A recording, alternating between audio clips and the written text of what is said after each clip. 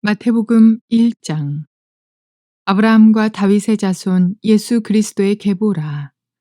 아브라함이 이삭을 낳고 이삭은 야곱을 낳고 야곱은 유다와 그의 형제들을 낳고 유다는 다말에게서 베레스와 세라를 낳고 베레스는 헤스론을 낳고 헤스론은 람을 낳고 람은 아미나답을 낳고 아미나답은 나손을 낳고 나손은 살몬을 낳고 살몬은 라합에게서 보아스를 낳고 보아스는 루색에서 오벳을 낳고 오벳은 이새를 낳고 이새는 다윗 왕을 낳으니라. 다윗은 우리아의 아내에게서 솔로몬을 낳고 솔로몬은 르호보암을 낳고 르호보암은 아비야를 낳고 아비야는 아사를 낳고 아사는 여호사밧을 낳고 여호사밧은 요람을 낳고 요람은 우시야를 낳고 우시야는 요담을 낳고 요담은 아하스를 낳고 아하스는 히스기야를 낳고 히스기야는 므낫세를 낳고 므낫세는 아몬을 낳고 아몬은 요시야를 낳고 바벨론으로 사로잡혀 갈 때에 요시야는 여고냐와 그의 형제들을 낳으니라. 바벨론으로 사로잡혀 간 후에 여고냐는 스알디엘을 낳고 스알디엘은 수룹바벨을 낳고 수룹바벨은 아비웃을 낳고 아비웃은 엘리야김을 낳고 엘리야김은 아소르를 낳고 아소르는 사독을 낳고 사독은 아킴을 낳고 아킴은 엘리웃을 낳고 엘리웃은 엘르아살을 낳고 엘르아살은 mat단을 낳고 mat단은 야곱을 낳고 야곱은 마리아의 남편 요셉을 낳았으니 마리아에게서 그리스도라 칭하는 예수가 나시니라. 그런즉 모든 대수가 아브라함부터 다윗까지 14대요. 다윗부터 바벨론으로 사로잡혀 갈 때까지 14대요. 바벨론으로 사로잡혀 간 후부터 그리스도까지 14대더라. 자, 오늘부터 시작해서 여러분과 함께 마태복음을 배워나가려고 합니다. 오늘은 특별히 마태복음 1장 1절부터 17절까지의 말씀을 통해서 주님의 음성을 들어봅시다. 오늘 본문의 내용은 쉽게 이야기하면 예수님의 족보 이야기입니다. 족보이긴 한데 그 안에 특별한 두 가지의 놀라운 깨달음을 얻을 수 있는 부분이 있습니다. 한 가지는 예수님이 족보이긴 한데 그 족보가 아브라함부터 시작해서 예수님의 시대까지 내려오는 족보를 기록하면서 1장 1절에서 아브라함과 다윗의 자손 예수 그리스도의 계보라 이렇게 적고 있습니다. 이것이 매우 특징적인 부분이고, 두 번째 부분은 이 족보 안에 남자들의 이름이 나오는가 했더니 그 안에 여자들의 이름도 들어있더라는 거예요. 이 여성들, 이들은 도대체 누구인가? 메시아의 탄생의 계보 안에 들어간 여인들, 왜 그런 여자들의 이름이 들어있는가 하는 이 두 가지 사실이 오늘 본문을 통해서 우리가 주의 깊게 봐야 할, 그래서 하나님의 음성을 들어야 할 부분이라고 저는 생각합니다. 저는 오늘 본문의 제목을 이렇게 삼았습니다. 누가 메시아의 자격이 있는가? 혹은 누가 메시아인가? 유대인들의 전통에 의하면 메시아는 반드시 이런 혈통을 가지고 태어나야 한다, 이런 계보를 따라 태어나야 한다 하는 기본적인 그들의 믿는 믿음이 있습니다. 그것이 무엇인가 하니 메시아는 반드시 아브라함의 후손이어야 되고 메시아는 다윗의 후손이 되어야 한다 하는 사실입니다. 그래서 오늘 마태복음의 기자는 특별히 이 마태복음의 독자는 유대인이라고 그랬죠. 이 유대인들에게 이런 메시지를 던집니다. 잘 들어라. 예수님은 너희들이 바라는 그 메시아가 태어날 아브라함의 후손이고 그리고 다윗의 후손이다. 그는 메시아로서 합당한 분이시다. 그는 실제로 혈통적으로 이런 아브라함의 후손으로 태어나셨고 다윗의 후손으로 태어나신 분이다 하는 이야기를 지금 메시지를 던지고 있는 거예요. 아브라함의 후손이다, 이 말은 유대인이라는 이야기죠. 예수님은 유대인입니다, 여러분. 분명히 기억하세요. 자, 오늘 본문에서 보니까 왜 아브라함의 후손으로 메시아는 아브라함의 후손이 되어야 하는가 하는 것은 성경을 통해서 우리가 볼 수가 있습니다. 유대인들도 마찬가지로 이 창세기 22장 17절부터 18절까지의 말씀을 통해서 분명히 메시아는 아브라함의 후손으로 온다는 사실을 철떡같이 믿고 있습니다. 사실입니다. 맞습니다. 내가 네게 큰 복을 주고 네 씨로 말미암아 크게 성하여 하늘의 별과 같고 바닷가의 모래와 같게 하리니 네 씨가, 아브라함의 후손이 후손 중에 한 명, 단수입니다. 네 씨가 그 대적의 문을 얻으리라. 또 내 씨로 말미암아 그 한 명의 후손 아브라함의 후손으로 말미암아 천하 만민이 복을 얻으리니 이는 네가 나의 말을 준행하였음이니라 하셨다 하니라. 자, 천하 만민이 복을 얻는 그 한 사람 누구일까? 바로 그 사람은 예수 그리스도 아브라함의 후손이라는 거예요. 그래서 유대인들은 철떡같이 이 메시아는 아브라함의 후손으로 태어나야 한다. 반드시 유대인이어야 한다 하는 사실을 알고 있고 또 우리도 그것을 믿고 있는 것입니다. 그래서 오늘 기자는 아브라함과 다윗의 자손 예수 그리스도의 계보라는 이야기를 강조하고 있는 것이죠. 두 번째, 메시아는 다윗의 후손으로 오셔야만 합니다. 역대상 17장 11절 12절과 14절을 보면 내 수완이 차서 네가 열조에게로 돌아가면 내가 네 뒤에 내 씨 다윗의 씨를 이야기한 거예요. 한 단수입니다. 곧 네 아들 중 하나를 세우고 그 나라를 견고하게 하리니 저는 나를 위해서 집을 건축할 것이요 나는 그 위를 영원히 견고하기라 하리라. 내가 영영히 그를 내 집과 내 나라에 세우리니 그 위가 영원히 견고하리라 하셨더라. 영원히 견고한 하나님의 위. 하나님이 집을 견고하게 세우는 자 누구일까요? 물론 오늘 본문에 보면은 쉽게 그냥 언뜻 생각하면 이건 솔로몬이라고 말할 수 있겠죠. 왜냐하면 집을 건축한 사람은 솔로몬이니까요. 근데 다르게 생각합시다. 하나님의 집 교회를 건축한 자가 누구냐는 거죠. 바로 미래에 오실 메시아. 그분은 바로 예수 그리스도라는 것입니다. 그래서 유대인들은 바로 이 메시아는 반드시 다윗의 후손이 되어야 한다는 사실을 믿고 있고 또 우리도 그렇게 믿고 있는 것입니다. 그러니까 예수님은 아브라함과 다윗의 후손이 아니라 족보상으로 볼 때, 혈통상으로 볼 때 그는 틀림없는 요셉의 아들인데 요셉은 바로 아브라함의 후손이요 다윗의 후손이요 그 요셉의 몸에서 난 예수 그리스도는 바로 우리가 믿는 그 메시아라는 사실을 지금 강조하고 있는 것입니다. 여기서 또 재미있는 것이 무엇인가 하니 유대인들에게는 다윗이 위대한 메시아적 표상입니다. 왜냐하면 다윗이 왕이 되고 난 다음부터 그 지역에 그 시대에 그 지역을 완전히 평정한 강력한 왕이었습니다. 그리고 다윗을 통하여서 결국 하나님의 성전이 나중에 그 아들 솔로몬을 통하여 건축하게 된 것이죠. 다윗은 메시아의 표상입니다. 그래서 다윗과 같은 왕이 올 것을 그들은 소망하고 있었죠. 그래서 아브라함의 후손보다도 다윗의 후손이라는 점이 그들에게 매우 중요한 점이었습니다. 그런데 오늘 마태복음의 기자는 어떻게 기록을 하는가 하니 17절에 이런 이야기가 나옵니다. 그런즉 모든 대수가 아브라함부터 다윗까지 14대요. 다윗부터 바벨론으로 사로잡혀 갈 때까지가 14대요. 바벨론으로 사로잡혀간 후부터 그리스도까지가 14대라. 자, 오늘 17절의 말씀이 우리에게 말하고 있는 것은 두 가지입니다. 한 가지는 아브라함부터 다윗까지, 다윗부터 바벨론 포로까지, 바벨론 포로부터 예수님의 탄생까지 뭘 의미하는 것일까요? 첫 번째, 아브라함부터 다윗까지는 하나님이 그의 백성을 선택하시고 인도하셔서 하나님의 통치가 시작된 것을 의미합니다. 그런데 하나님의 통치, 다시 말해서 하나님의 백성이 되어졌지만은 그 백성이 하나님 앞에 범죄하여서 하나님의 심판을 받아 포로로 잡혀간까지 이야기합니다. 그리고 포로로 잡혀갔지만은 죄로 인해서 타락했지만은 하나님이 메시아를 보내주셔서 그들을 구원하신 사건을 이야기합니다. 자, 크게 이야기하면 지금 마태복음의 기자는 우리에게 중요한 메시지를 던져주고 있습니다. 어떤 메시지입니까? 하나님이 인간을 선택하셨지만, 하나님이 이스라엘을 선택하셨지만 그들은 범죄하였고 범죄한 그들을 버리지 아니하시고 메시아를 보내주셔서 회복시키신다 하는 메시지를 지금 이야기하고 있는 것이죠.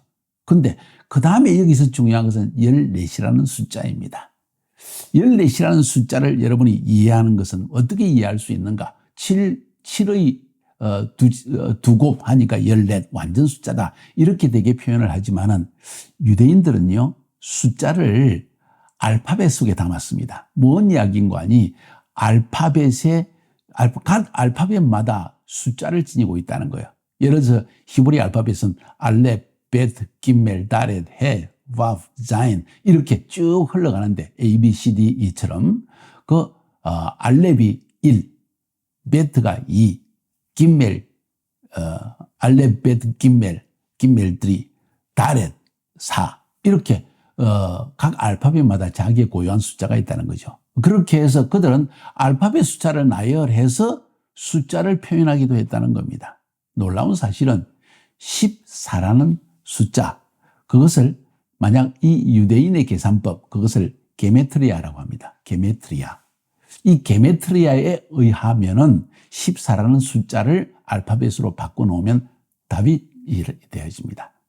달렛, 와우, 달렛. 그래서 4, 6, 4 합하면 14가 되죠. 다윗이라는 이름을 강조하기 위해서 지금 이 14라는 숫자를 연결을 통해서 세 단계로 나눠 가지고 지금 족보를 설명하고 있다는 거예요. 여기서 강조하는 게 무엇입니까? 재미있는 것은 만약 이 게메트리아에 의해서 17절을 제가 한번 읽어볼까요? 그런즉 모든 대수가 아브라함부터 다윗까지 다윗이요. 다윗부터 바벨론으로 사로잡혀갈 때까지 다윗이요.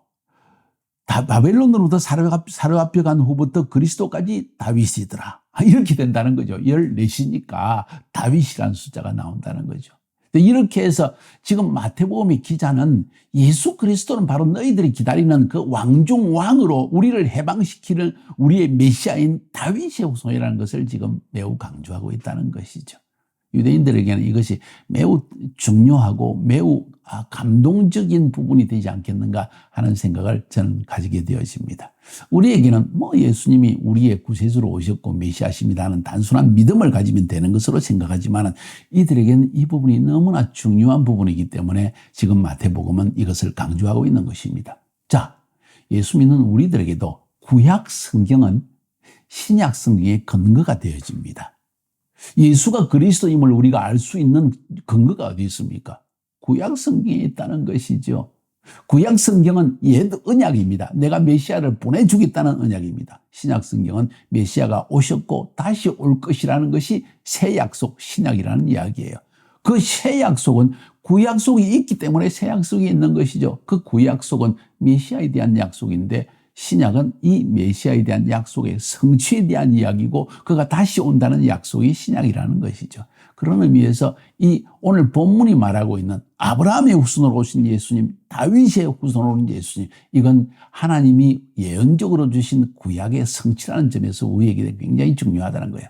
그러니까 세상에 많은 메시아가 나는 메시아라고 말하는 사람들이 있습니다. 한국인 중에서도요. 또 아랍 사람들 중에서도요. 자, 근거가 무엇입니까? 구약 성경에 기록되어진 예언과 일치하는가? 여기에 핵심이 있는 것입니다. 그래서 일상의 메시아는 한 분 예수 그리스도밖에 없다는 것입니다. 이해가 되시죠? 자, 그 다음에 여인들에 대한 이야기입니다.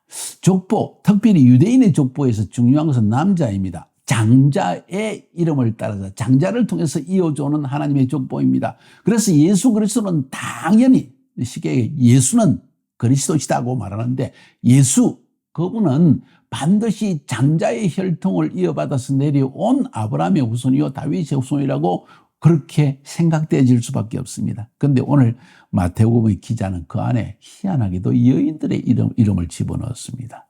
그 여인들의 이름은 4가지입니다. 다말, 라합, 룻, 밧세바. 왜 이들의 이름을 넣었을까요?